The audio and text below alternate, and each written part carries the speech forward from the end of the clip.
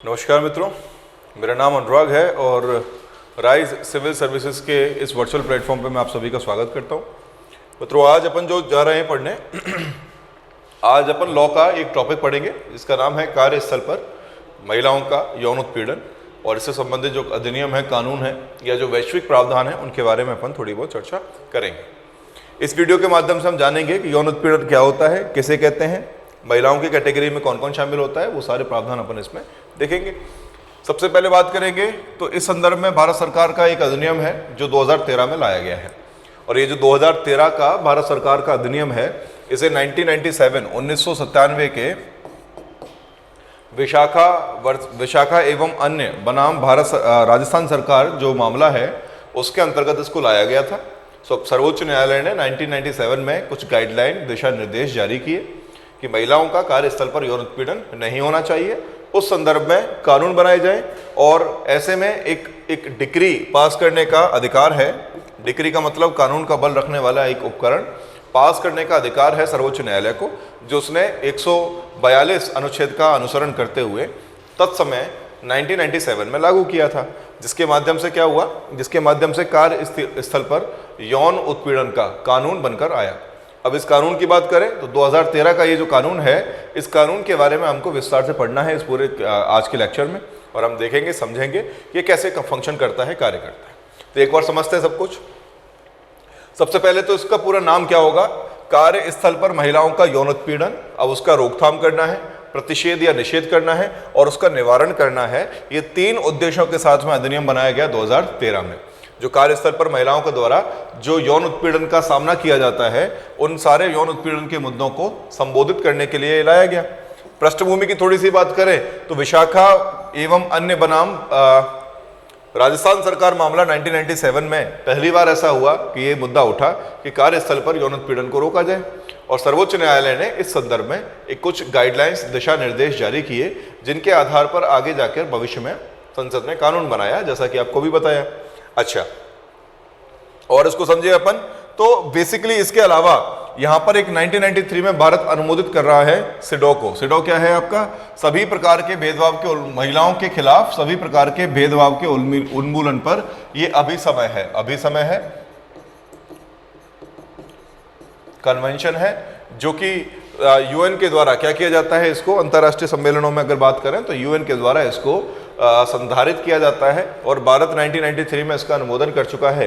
तो भारत का उद्देश्य है कि वो क्या करेगा, महिलाओं के खिलाफ सभी प्रकार के भेदभाव का उन्मूलन करेगा, समाप्त करेगा, जड़ से नष्ट करेगा, उनको इरेडिकेट करने के लिए भारत कार्य करेगा, और ये जो अभिसमय है इसको यूएन के द्वारा मेंटेन किया जाता है। इसके अलावा भारत के भी कुछ प्रावधान, जैसे अनुच्छेद 15 जो किसी भी प्रकार के विभेद का निषेध करता है, जिसमें धर्म, जाति, लिंग या निर्जातीयता, जन्म स्थान इत्यादि आधार रखे गए हैं। तो ऐसे में लैंगिक आधार पर भी विभेद नहीं किया जाएगा, या लैंगिक आधार पर भी मानसिक, शारीरिक अथवा जो सामाजिक उत्पीड़न है वो महिलाओं के खिलाफ नहीं किया जाएगा। ये आपका अनुच्छेद 15 ये आधार प्रदान करता है। अधिनियम के प्रावधान समझते हैं। सबसे पहले रोकथाम और निषेध के लिए क्या कार्य किए जाएंगे। अधिनियम कार्यस्थल पर यौन उत्पीड़न को रोकने और उनको प्रतिबंधित करने के लिए नियोक्ताओं को कानूनी दायित्व प्रदान करता है। कानूनी दायित्व या कानूनी कर्तव्य जो है वो किसको दिया गया है, नियोक्ता को। नियोक्ता किसे कहते हैं, नियोक्ता से तात्पर्य ऐसे व्यक्ति से है जो नियुक्त करेगा। किसको नियुक्त करेगा, अपने क्षेत्र में, अपनी कंपनी में, अपने अपने कार्यस्थल पर अन्य व्यक्तियों को जो नियुक्त करता है, ये दायित्व किसका होगा, नियोक्ता का होगा। सिंपल सा क्वेश्चन बनता है। फिर आती है आंतरिक शिकायत समिति, इसको हिंदी में कहेंगे इंटरनल कंप्लेंट कमेटी, आईसीसी। समझते हैं, जब कभी भी कोई महिला यौन उत्पीड़न के संबंध में कोई भी शिकायत करती है तो सबसे पहले क्या बनाया जाएगा बच्चों, आंतरिक शिकायत समिति बनाई जाएगी। और आंतरिक शिकायत समिति कहाँ बनाई जाएगी, ऐसे क्षेत्र में जो 10 या 10 से अधिक कर्मचारियों को रखता है। ऐसा कोई भी कार्यस्थल जहां पर 10 या 10 से अधिक कर्मचारी कार्य करते हैं, वहां पर आंतरिक शिकायत समिति का गठन किया जाएगा, जिसका उद्देश्य होगा यह जांचना कि क्या यौन उत्पीड़न हुआ है या नहीं हुआ है। आगे देखते हैं इसको। शिकायत समितियों के पास क्या क्या शामिल होगा, सबूत इकट्ठा करने के लिए सिविल अदालतों की शक्तियां प्राप्त होंगी।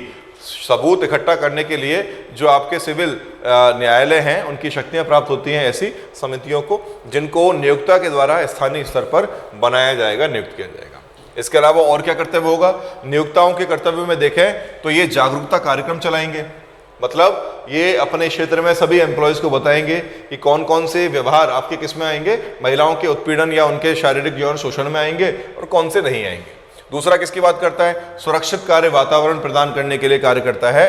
कार्यस्थल पर पौष, पौष का मतलब हो गया sexual harassment, prevention of sexual harassment अधिनियम, ये जिसके बारे में पढ़ रहे हैं, इसके बारे में जानकारी प्रदर्शित करने का कार्य करेगा, डिस्प्ले करेगा, स्टिकर्स के माध्यम से लगाएगा कि भाई आप देख लो ये सारे प्रावधान है, आपको महिलाओं का यौन उत्पीड़न नहीं करना। आगे देखें, अधिनियम जब शिकायत दर्ज करने, पूछताछ करने, शामिल पक्षों को उचित अवसर प्रदान करने इत्यादि के लिए एक प्रक्रिया निर्धारित करता है जो शिकायत तंत्र के अंतर्गत आता है। और इसके अलावा यहाँ पर क्या होगा? अधिनियम के प्रावधानों का अनुपालन न करने पर जुर्माना और व्यवसाय लाइसेंस रद्द करने सहित जुर्माना हो सकता है। ये किस पे लगाया जाएगा? आपके नियोक्ता पर। ठीक है, चलिए आगे देखते हैं। अच्छा, इसको अपन बाद में देखेंगे। हाँ, अधिनियम में महिलाएं किसे कहेंगे? कौन सी महिला होगी जो अधिनियम के अंतर्गत शामिल होगा? ऐसी कोई भी महिला जिसकी उम्र या रोजगार कार्य स्थिति की परवाह किए बिना, मतलब महिला की कोई भी उम्र हो, रोजगार की कैसा भी क्या हो उनका स्थिति हो, उसकी परवाह किए बिना सुरक्षित कार्यस्थल वातावरण के अधिकार को मान्यता देता है। इसीलिए किसी भी कार्यस्थल पर कार्य करने वाली महिला या वहां जाने वाली सभी महिलाओं का अधिकार, चाहे वो नियमित हो, अस्थायी हो, तदर्थ हो, दैनिक वेतन के आधार पर हो, इस अधिनियम के अंतर्गत आता है। ये आपको ध्यान में रखना है। या तो कोई महिला नियमित रूप से कार्य कर रही हो, या फिर कोई महिला उसको टेंडर पे या तदर्थ रूप में रखा गया हो, अस्थायी रूप में रखा गया हो, या जो दैनिक वेतन पे भी काम करती है, वो सब महिलाओं के अंतर्गत आती हैं इस अधिनियम में। ऐसी सभी महिलाएं शामिल हैं जो चाहे सीधे तौर पर या किसी ठेकेदार सहित किसी एजेंट के माध्यम से मुख्य नियोक्ता की जानकारी के साथ या उसके बिना भी कार्य पे लगी हुई हैं। सपोज मेरी कंपनी है और मैंने किसी को ठेके पर दिया हुआ है कार्य, और उस ठेकेदार के अंतर्गत भी कोई महिला कार्य कर रही है जिसकी मुझे जानकारी नहीं है, अगर उसके खिलाफ भी कोई यौन शोषण होगा तो नियोक्ता जिम्मेदार होगा और वो कार्यस्थल पर क्या बनाएगा? आंतरिक शिकायत समिति का गठन करेगा। ठीक है, स्वैच्छिक आधार पर अथवा अन्यथा पारिश्रमिक के लिए कार्य कर सकती हैं। ये सारी महिलाएं इसमें शामिल होंगी। और देखें, रोजगार की शर्तें जो है वो निहित हो सकती हैं या व्यक्त भी हो सकती हैं, दोनों इसमें शामिल होगा। इसके अलावा सहकर्मी, संविदा कर्मी, परिवीक्षाधीन, प्रशिक्षु या ऐसा कोई भी अन्य नाम, ये सब किस में आएंगे? महिलाओं की कैटेगरी में आती है। प्रशिक्षु के रूप में ट्रेनी है कोई महिला, सहकर्मी है, संविदा कर्मी है, ये सब मामला उठा सकते हैं। अधिनियम में एक ऐसी महिला भी शामिल है जो किसी निवास स्थान या घर में कार्य करती है। ये भी अच्छी बात है।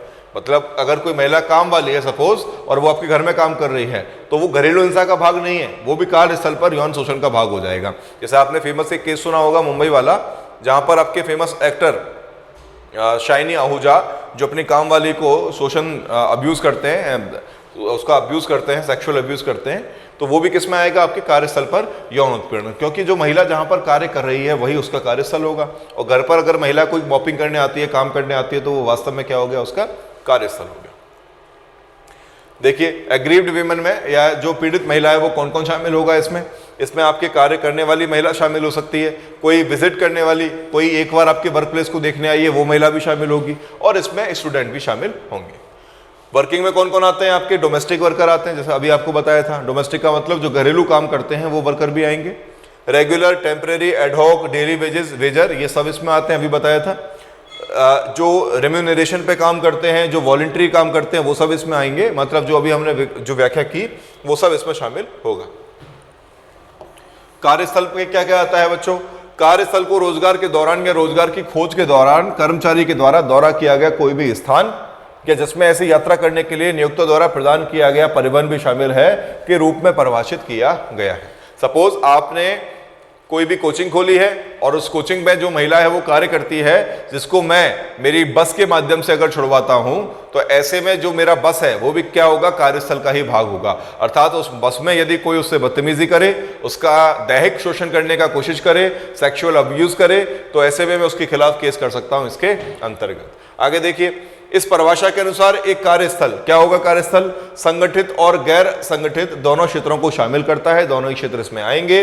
इसमें वे सभी कार्यस्थल भी शामिल होंगे, चाहे वे भारतीय हों या विदेशी कंपनी जिनका कार्यस्थल भारत में हो। कोई भी विदेशी कंपनी जो भारत में कार्य करती है, उसका कार्यस्थल, उसका ऑफिस अगर भारत में है, तो वो कार्यस्थल भी किसके अंतर्गत आएगा? इसके अंतर्गत शामिल किया जाएगा। Is that clear? आगे देखें, अधिनियम के अनुसार कार्यस्थल में और क्या क्या शामिल होगा? सरकारी कंपनी, निगम, सहकारी समितियां, ये सब इसके अंतर्गत आएंगे। निजी क्षेत्र के संगठन, कोई भी उद्यम, कोई भी सोसाइटी, कोई भी ट्रस्ट, एनजीओ, सेवा प्रदाता, ये सब जो है वो इसके अंतर्गत आते हैं। जो उत्पादन, आपूर्ति, बिक्री, वितरण, सेवा सहित वाणिज्यिक, व्यावसायिक, शैक्षिक, खेल या पेशेवर, मनोरंजन, औद्योगिक, स्वास्थ्य संबंधी या वित्तीय गतिविधियां, सारी की सारी गतिविधियां शामिल है। ऐसे सारे संगठन, उद्यम या सोसाइटी जो इन गतिविधियों में लिप्त हैं, वो सब कार्यस्थल की परिभाषा के अधीन आते हैं।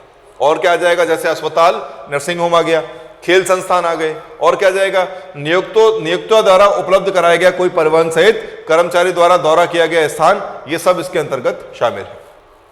देखते हैं अधिनियम असंगठित क्षेत्र को कैसे परिभाषित करता है। वस्तु के उत्पादन या बिक्री या किसी भी प्रकार की सेवाएं प्रदान करने में शामिल कोई व्यक्ति या स्वरोजगार श्रमिकों के स्वामित्व वाला कोई भी उद्यम किसमें आएगा? आपके गैर संगठन या गैर संगठित क्षेत्र में आता है, असंगठित क्षेत्र में आता है। परिभाषा इंपॉर्टेंट है, आपको याद में रखना है। कौन कौन आते हैं एक बार देख लेते हैं। किसी वस्तु के उत्पादन या बिक्री या किसी भी प्रकार की सेवाएं प्रदान करने वाला कोई भी जो समूह है, ऐसा कोई व्यक्ति, कोई स्वरोजगार श्रमिक, इनके स्वामित्व वाला कोई भी उद्यम होगा, कोई भी क्षेत्र होगा, वो इसके अंतर्गत आएगा। इसके अलावा ऐसा कोई भी उद्यम जिसमें कितने हो, 10 से कम श्रमिकों को रोजगार प्रदान किया जाता है, वो आएंगे आपके असंगठित में। संगठित में कितने थे? 10 और उससे ज्यादा। उदाहरण क्या हो जाएंगे अभी आपको बताया। चलिए, यौन उत्पीड़न में निम्नलिखित में से कोई एक या अधिक अवांछित कार्य या व्यवहार शामिल है। क्या क्या शामिल हो जाएगा? शारीरिक संपर्क या प्रगति। प्रगति का मतलब हो गया या तो शारीरिक रूप से आपको टच करे, संपर्क करे, ऐसा कोशिश करे। यौन अनुग्रह की मांग या अनुरोध। अनुरोध का मतलब हो गया आपसे मैसेज करता है, कोई भी अश्लील बातें करता है, वो सब इसमें आ जाएगा। कामुक टिप्पणियां करना, कोई महिला निकल कर जा रही है उसके खिलाफ कुछ भी कमेंट करना। अश्लील साहित्य दिखाना, पोस्ट दिखाना या सोशल मीडिया का यूज करना। यौन प्रकृति का कोई अन्य अवांछित शारीरिक, मौखिक या गैर मौखिक आचरण, ये सब इसके अंतर्गत आएगा। मतलब अगर आपने कुछ भी, गैर मौखिक का मतलब क्या हो गया? जो आपने एक्सप्रेस करके, आंखों के माध्यम से, चेहरे के माध्यम से, शरीर के माध्यम से आप कुछ भी गंदा एक्सप्रेशन देते हैं जो शारीरिक शोषण की ओर जाता है, वो सब इसके अंतर्गत शामिल होगा। यौन उत्पीड़न की परिभाषा। अरे देखिए, आपने अभी लेटेस्ट एक केस सुना होगा, तारक मेहता का उल्टा चश्मा। सुना था क्या आपने? इसमें जो आपके जो सरदार जी है, जो सरदार जी थे आपके सोडी जी, उनकी जो वाइफ का कैरेक्टर निभाती हैं आपकी पारसी महिला, उस महिला ने उसके निर्माता के खिलाफ केस किया। उस महिला ने उस निर्माता के खिलाफ आवाज उठाई कि मेरा शारीरिक शोषण हुआ है, मतलब मेरे से टिप्पणियां की गई, मेरे से सेक्सुअल फेवर की डिजायर की गई। ये सब किस में आएगा? आपके इसके अंतर्गत ही आता है। चलिए देखते हैं इसको आगे। हाँ, यौन उत्पीड़न की परिभाषा। यह अधिनियम यौन उत्पीड़न को परिभाषित करता है जिसमें अवांछित कृत्यों जैसे शारीरिक संपर्क, यौन प्रगति, यौन संबंधों की मांग, अनुरोध, यौन रंगीन टिप्पणियां करना, अश्लील साहित्य दिखाना और किसी भी अन्य अवांछित शारीरिक, मौखिक या गैर मौखिक आचरण को शामिल करना शामिल। अभी देखा आपने, इसी को अपन परिभाषा में डाल सकते हैं। 15 शब्दों में काफी इंपॉर्टेंट है, महत्वपूर्ण है, आपको याद रखना है। इसी के साथ में आपने एक कैंपेन आपको बताऊं तो मीटू नाम का कैंपेन आपने सुना होगा, जो भारत में चलता है, #मीटू। ये भी किसका भाग था? आपके इस वर्क प्लेस हैरेसमेंट का ही भाग था। आगे आपको मैं बताऊंगा और भी जो चल रही है परियोजनाएं। हाँ, कार्यस्थल पर यौन उत्पीड़न के मुख्य तत्व कौन कौन से होंगे? बहुत बार ऐसी परिस्थितियां उत्पन्न हो जाती हैं जो मासूमियत से प्रारंभ होती हैं। उनका अंत अनुचित और गैर व्यवहारिक जो व्यवहार है वो होता है, गैर व्यावसायिक जो व्यवहार होता है, ये सब इसमें आएंगी। मान के चलिए आपने किसी महिला से शारीरिक उसका शोषण करने के दृष्टिकोण से या उस उद्देश्य से पहले आपने दोस्ती का हाथ बढ़ाया, उसके साथ में आपने अपना प्रेम जो है वो बढ़ाने की कोशिश की और बाद में उसका शारीरिक शोषण किया, तो वो भी इसके अंतर्गत आएगा। यह याद रखना महत्वपूर्ण है कि कार्यस्थल पर यौन उत्पीड़न यौन, अवांछित और अनुभव व्यक्ति परक होना चाहिए। मतलब एक तो कैसा होना चाहिए? यौन होना चाहिए, शारीरिक होना चाहिए, अवांछित होना चाहिए, मतलब महिला के द्वारा क्या होना चाहिए, इसको मना करना चाहिए, और अनुभव व्यक्ति परक होना चाहिए, अनुभव उसका किया जाना चाहिए। यह प्रभाव है, ना कि इरादा। प्रभाव का मतलब मेरे दिमाग में जब तक चल रहा है तब तक ये क्राइम नहीं माना जाएगा। सपोज मैंने किसी महिला को देखा और मेरे दिमाग में चलता है कि मैं उसका शारीरिक शोषण करूं, तो ये अपराध नहीं है। अपराध कब आएगा? जब मैं उस दृष्टिकोण को दिमाग में रखकर यदि मैं कोई भद्दी टिप्पणी करूं या उस महिला को कोई कमेंट करूं, या मैं अपने शारीरिक आचरण से कुछ भी ऐसा व्यवहार करूं जो उसको लगता है कि ये उसके शोषण के लिए है, तब हम इसको अपराध कंसीडर करेंगे। तो ये प्रभाव है, ना कि इरादा, जो मायने रखता है। और यह लगभग हमेशा बल के मैट्रिक्स में होता है। बल का मतलब हो गया कि आपको प्रभाव दिखाना पड़ेगा तभी कंसीडर होगा। यह संभव है कि एक महिला को यौन उत्पीड़न की एक ही घटना या एक समयावधि में घटनाओं की एक श्रृंखला का अनुभव हो सकता है। अरे हो सकता है कि दो चार लोगों ने एक साथ किया हो सकता है कि महिला को एक व्यक्ति ने एक साथ एक महीने में कई बार परेशान किया हो, वो सब इसमें शामिल आएगा। यह याद रखना भी महत्वपूर्ण है कि प्रत्येक मामला अद्वितीय है और इसकी जांच उसके अपने संदर्भ में और समग्र रूप से आसपास की परिस्थितियों के अनुसार ही की जानी चाहिए। हर एक मामले को अद्वितीय माना जाता है। जितने भी मामले, जितना भी केस उठेगा, हर एक केस अद्वितीय होगा और उसकी शुरुआत या उसकी जांच जो है वो किसी विगत केस के माध्यम पर, उसके आधार पर ना होकर पूर्ण रूप से, स्वतंत्र रूप से की जाएगी। इसीलिए दीवानी न्यायालय की शक्तियां दी गई हैं उस आईसीसी को, इंटरनल कंप्लेंट कमेटी को, जो जांच करेगा कि कौन जो भी मामला हुआ है उसके पीछे क्या साक्ष्य हैं, उसके पीछे क्या घटनाएं थी। कार्यस्थल पर यौन उत्पीड़न की रोकथाम को सक्षम बनाने के लिए स्वागत योग्य और अवांछित यौन व्यवहार के बीच पहचानना और अंतर करना महत्वपूर्ण है। ये आपके अच्छा है। जैसे कौन सा अवांछित होगा, कौन सा स्वागत योग्य होगा, ऐसे व्यवहार की अपन बात करते हैं। देखो, ऐसा कोई भी व्यवहार जो महिला को बुरा लगता है, एक तरफा हो या फिर शक्तिहीन महिला महसूस करे, बल आधारित हो, अवांछित हो। बल का मतलब हो सकता है कि आपको बोले कि आपकी सैलरी नहीं देंगे, आपको कहे कि आपका, अगर आपने मेरे को शारीरिक फेवर नहीं किया, जॉब से निकाल देंगे, ये सब इसमें आएगा। गैर कानूनी हो, हमलावर हो, नीचा दिखाने वाला हो, क्रोध उदासी का कारण बनता हो, या फिर नकारात्मक आत्मसम्मान का कारण बनता हो, ये सब किसमें आएंगे? आपके अवांछित में। स्वागत योग्य में क्या आता है बच्चों?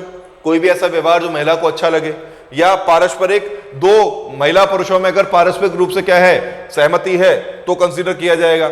नियंत्रण में हो, समानता का भाव हो, वांछित हो, कानूनी हो, खुला हो, सराहना योग्य हो, खुश हो, सकारात्मक आत्मसम्मान मिलता हो महिला को, तो इसको वांछित माना जाएगा। कार्यस्थल पर यौन उत्पीड़न के प्रभाव को दूरगामी होता है और यह महिलाओं के समान अधिकार पर चोट करता है ना। आगे देखें, इसका न केवल उन पर प्रभाव पड़ता है, अपितु कार्यस्थल की उत्पादकता के साथ साथ समाज के विकास पर भी इसका सीधा असर पड़ता है, इसीलिए इसको रोका जाना चाहिए। अब यहाँ पर भी कुछ सूचियां दी गई हैं नकारात्मक प्रभावों की। व्यावसायिक और निजी कैसे होंगे? कार्य निष्पादन में कमी, ये व्यावसायिक है। अब अगर कोई कार्य निष्पादन में महिला कार्य नहीं कर रही है प्रॉपर्ली, और अगर आप उसको डांटते हो कि भाई मेरे को परफॉर्मेंस चाहिए, तो वो व्यावसायिक माना जाएगा, ना कि निजी। यदि आप उसको अवसाद देते हो पर्सनली, तो वो टेंशन का पार्ट हो जाएगा। ऐसे ही बढ़ी हुई अनुपस्थिति, वेतन की हानि, पदोन्नति के अवसरों के लाभ, और यहाँ पर क्या जाएंगे आपके दर्दनाक तनाव, अनिद्रा, शर्म, ग्लानि, आत्मदोष, ये सब इसके अंतर्गत आते हैं। चलिए आगे देखते हैं। यह एक व्यक्तिपरक अनुभव है। व्यक्तिपरक कैसे होगा? 2010 में दिल्ली उच्च न्यायालय ने, देखो आपको ये केस स्टडीज एग्जाम्पल के लिए याद रखनी है, इसीलिए स्लाइड में आपको डाली गई है ताकि आप इनको डाल सकें क्वेश्चन में। 2010 में दिल्ली उच्च न्यायालय ने इस दृष्टिकोण का समर्थन किया कि यौन उत्पीड़न एक व्यक्तिपरक अनुभव है। इस कारण से कहा गया है कि इसलिए हम शिकायतकर्ता के परिप्रेक्ष्य से उत्पीड़न का विश्लेषण करना पसंद करते हैं। मतलब जिस महिला ने शिकायत की है उसके परिप्रेक्ष्य से ही पूरा केस जो है वो पढ़ा जाएगा, सुना जाएगा। शिकायतकर्ता के दृष्टिकोण की पूरी समझ की आवश्यकता है। पुरुषों और महिलाओं के विभिन्न दृष्टिकोणों का विश्लेषण किया जाएगा। जिस आचरण को कई पुरुष आपत्तिजनक मानते हैं वह कई महिलाओं को आहत कर सकता है। पुरुष यौन उत्पीड़न के रूपों को हानि रहित सामाजिक संबंधों के रूप में देखते हैं, जिन पर केवल अति संवेदनशील महिला ही आपत्ति जता सकती है। तो इस प्रकार से जो है ये टिप्पणी की गई थी किसके द्वारा? दिल्ली उच्च न्यायालय के द्वारा। ऐसे ही डॉक्टर पुनीता के सोडी बनाम भारत संघ वर्सेस अन्य मामले में ये दिल्ली उच्च न्यायालय ने ये जो है वो निर्णय दिया था। तो व्यवहार और परिदृश्यों के उदाहरण जो यौन उत्पीड़न का कारण बनते हैं, नीचे ऐसे व्यवहार के उदाहरण दिए गए हैं जो कार्यस्थल पर अलगाव में यौन उत्पीड़न हो भी सकते हैं। जैसे यौन रूप से अश्लील टिप्पणियां या संकेत करना, अभी बताया था आपको। गंभीर या बार बार की जाने वाली आपत्तिजनक टिप्पणियां, ठीक है, आपत्तिजनक टिप्पणियां या चुटकुले मतलब नॉनवेज चुटकुले, किसी व्यक्ति के यौन जीवन के बारे में अनुचित प्रश्न, सुझाव या टिप्पणी, लिंग भेदी या अन्य आपत्तिजनक चित्रण, पोस्टर, MMS, SMS, व्हाट्सएप या ईमेल इत्यादि। यौन संबंधों को लेकर डराना, धमकाना, ब्लैकमेल करना, किसी कर्मचारी के खिलाफ धमकी, प्रतिशोध जो यौन आशय के साथ अवांछित व्यवहार के बारे में बोलता है, ये सब इसमें आएगा। अवांछनीय सामाजिक नियंत्रण है ये। जिसमें यौन संकेत भी शामिल है, ये सब इसके अंतर्गत आएगा। ठीक है, अवांछित यौन संबंध जो स्पष्ट या परोक्ष वादों या धमकियों के साथ भी हो सकते हैं और नहीं भी। परोक्ष वादे क्या होते हैं कि भाई आगे जाकर शादी कर लेंगे, वॉटेवर जो भी है। शारीरिक संपर्क जैसे छूना या चुटकी काटना, किसी भी इच्छा के विरुद्ध उसे सहलाना, चूमना या सहलाने को हमला माना जा सकता है। व्यक्तिगत स्थान पर आक्रमण करना, मना किए जाने पर के बावजूद लगातार किसी को बाहर जाने के लिए पूछना, किसी व्यक्ति का पीछा करना, ये सब इसके अंतर्गत आएगा। ठीक है, किसी व्यक्ति की नौकरी को खतरे में डालने या यौन संबंधों के खिलाफ उसके प्रदर्शन को कमजोर करने के लिए अधिकार या शक्ति का दुरुपयोग, यौन संबंधों के लिए बंद दरवाजे के पीछे किसी व्यक्ति पर झूठा आरोप लगाना, उसे कमजोर करना या किसी व्यक्ति के निजी जीवन के बारे में अफवाह फैलाकर उसकी प्रतिष्ठा को नियंत्रित करना, ये भी इसके अंतर्गत आएगा। व्यवहार के कुछ उदाहरण देखो, किसी कर्मचारी की सार्वजनिक रूप से आलोचना करना, अपमान करना, दोष देना, फटकारना, निंदा करना, बिना किसी वैध कारण के समूह गतिविधियों या असाइनमेंट से बहिष्कार करना, किसी व्यक्ति की प्रतिष्ठा या करियर को नुकसान पहुंचाने वाले बयान, उत्तरदायित्व के क्षेत्रों को अनुचित तरीके से हटाना, अनुचित रूप से बहुत कम या बहुत अधिक कार्य देना, बिना उचित कारण के लगातार प्राधिकरण को खारिज करना, प्राधिकार को खारिज करना, जो कुछ भी किया जाए उसके अनुचित रूप से निगरानी करना, बिना किसी उचित कारण के गलतियों के लिए किसी व्यक्ति को लगातार दोषी ठहराना, किसी कर्मचारी को बार बार अपमानजनक और तुच्छ काम सौंपकर अलग करना जो उसके नियमित कर्तव्यों का हिस्सा ना हो, अपमान, किसी व्यक्ति को बाहर करने या अलग थलग करने का बार बार प्रयास करना, सामान्य कार्य स्थितियों में व्यवस्थित रूप से हस्तक्षेप करना, स्थानों या उनके सहकर्मियों के सामने किसी व्यक्ति को अपमानित करना, बदनामी भरे अभियानों में शामिल होना, ये सब इसमें आएगा। यौन उत्पीड़न किनको नहीं माना जाएगा, ये भी आपके लिए इंपॉर्टेंट है, यहां से भी आ जाता है कि क्या क्या उत्पीड़न नहीं होगा।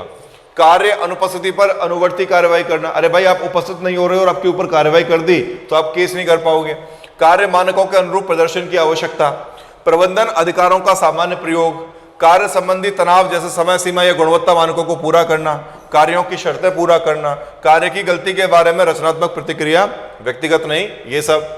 कार्यस्थल पर यौन उत्पीड़न के प्रकार कौन कौन से हो जाएंगे, क्विड प्रो क्रो, यह उसके लिए मतलब रोजगार में अधिमान हानिकारक व्यवहार का निहित या स्पष्ट वादा, या तो निकाल देंगे आपको या फिर क्या करेंगे, अच्छी पोस्ट दे देंगे।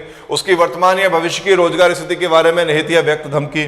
प्रतिकूल कार्य वातावरण, प्रतिकूल में क्या आएगा, शत्रुतापूर्ण, डराने वाला या आक्रामक कार्य वातावरण बनाना, अपमानजनक व्यवहार करना जिससे उसके स्वास्थ्य या सुरक्षा पर असर पड़ने की संभावना है, ये सब बच्चों किस में आते हैं, आपके इसके अंतर्गत आते हैं। तो चलिए आगे देखिए कि जो वर्कप्लेस हैरेसमेंट है उसके अंतर्गत परिवाद समितियां कौन सी होंगी। परिवाद का मतलब शिकायत निवारण समितियों में कौन कौन आएगा, इसके बारे में अपन चर्चा करते हैं। और देखो बच्चों, शिकायत की जब बात करेंगे, जब परिवाद समिति की बात करेंगे तो इसमें संगठित और असंगठित दोनों क्षेत्रों के लिए परिवाद परितोषण जो समिति है स्थापित है, प्रतिरोषण जो पीठ है उसको स्थापित करना क्या किया गया है, इसमें परिकल्पित किया गया है। देखते हैं सबसे पहले क्या आएगा। सबसे पहले आता है इसमें आंतरिक परिवाद समिति। आंतरिक का मतलब हो गया धारा 4 के अंतर्गत आंतरिक परिवाद समिति होती है।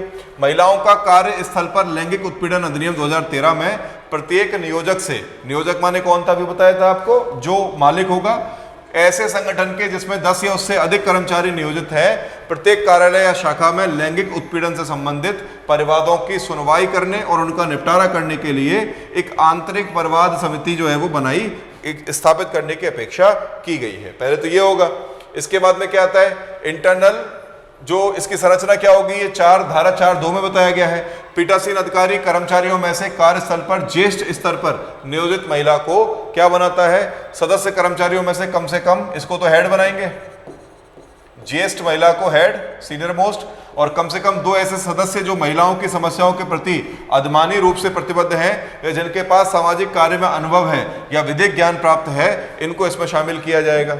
और ये तो 2 हो गए, 1+2, एक बाह्य सदस्य भी होगा। ऐसे गैर सरकारी संगठन या एसोसिएशन में से जो महिलाओं की समस्याओं के प्रति प्रतिबद्ध हैं या ऐसा व्यक्ति जो लैंगिक उत्पीड़न से संबंधित मुद्दों से सुपरिचित है, उसको भी इसमें शामिल किया जाएगा। तो एक तो अध्यक्ष जो महिला है अंदर काम करने वाली होगी, 2 ऐसे सदस्य जो सामाजिक अनुभव रखते हैं या जो वकालत का अनुभव रखते हैं वो, और एक आपकी कोई भी एनजीओ या कोई भी एसोसिएशन जो महिलाओं के लिए कार्य करती है वो इसके अंतर्गत शामिल होगा।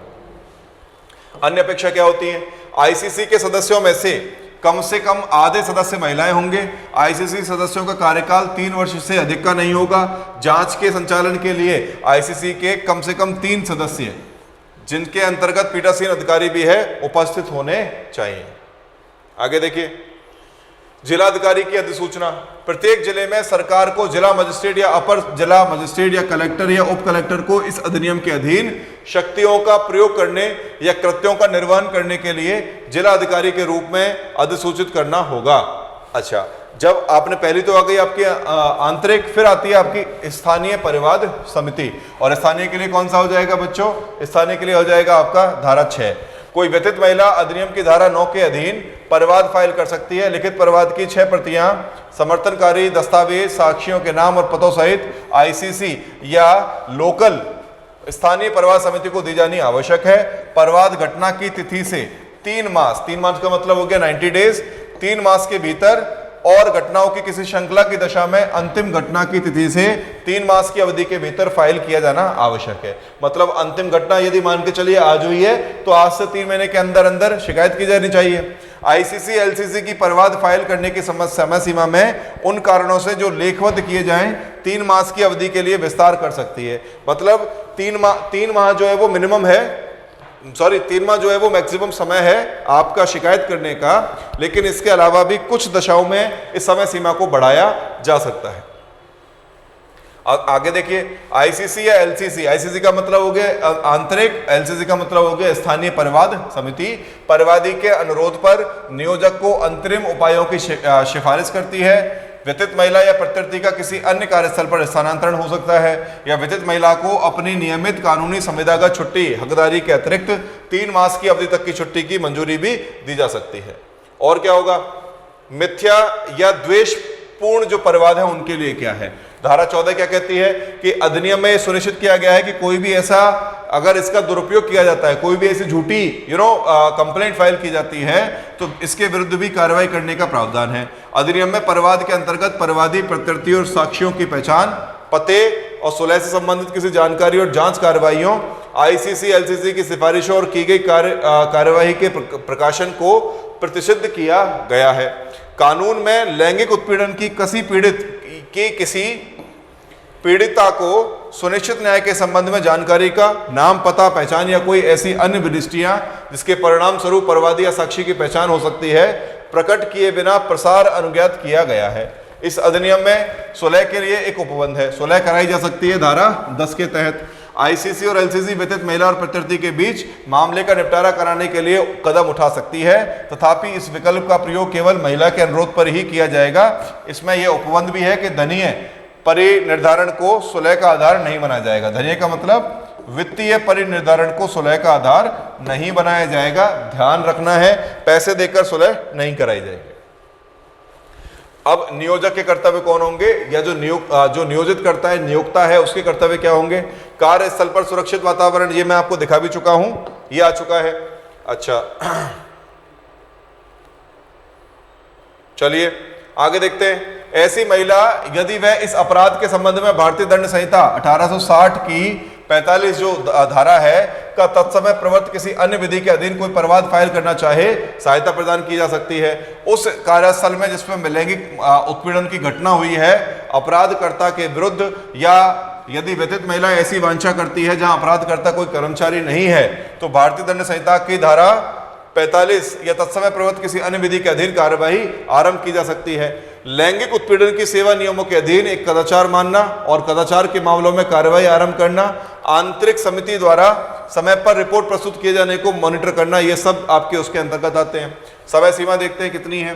लिखित परिवाद 6 प्रतियां समर्थनकारी दस्तावेजों और साक्ष्यों के नाम और पतों सहित घटना की तिथि से 3 मास के भीतर फाइल किए जाने हैं। यह समय सीमा अतिरिक्त 3 मास के लिए बढ़ाई जा सकेगी विशेष प्रावधानों में।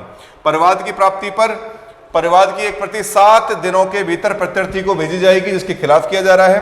परिवाद की प्रति की प्राप्ति पर प्रत्यर्थी से 10 कार्य दिवसों के अंदर समर्थनकारी दस्तावेजों और साक्ष्यों के नाम, पतों सहित परिवाद का उत्तर देना अपेक्षित है। परिवाद की प्राप्ति की तिथि से कुल 90 दिन के भीतर जांच रिपोर्ट जारी की जाएगी और जांच पूरी होने की तिथि से 10 दिन के भीतर जांच रिपोर्ट जारी की जाएगी। आईसीसी की रिपोर्ट को अनुशासनिक मामले में जांच रिपोर्ट समझा जाएगा। नियोजक के लिए जांच रिपोर्ट की प्राप्ति के 60 दिन के भीतर आईसीसी एलसीसी की सिफारिशों पर कार्रवाई करना अपेक्षित होता है। समिति के विनिश्चय के विरुद्ध अपील सिफारिशों की तारीख से 90 दिन के भीतर की जाएगी। मतलब अनुशासनिक मामलों में जो भी सिफारिश दी गई है वो 60 दिन के भीतर नियोजक पूरी करेगा। इसके अलावा अगर अपील करनी है तो 90 दिन का समय दिया जाएगा अपील के लिए। तो ये सारे इसके मुख्य प्रावधान हैं आपके वर्क कार्य स्थल पर लैंगिक जो शोषण है उसके विरोध में जो आपको जो अधिनियम है 2013 का, उसके सारे प्रावधान हैं। इनको आप पढ़िए। क्वेश्चन आंसर फॉर्मेट में हम इसकी और भी इसका डेप्थ वाले पार्ट को देखेंगे, लेकिन तब तक आप इस क्लास को देखते रहिए। वीडियो को लाइक शेयर एंड सब्सक्राइब करते रहिए। थैंक यू, धन्यवाद, नमस्कार, जय हिंद।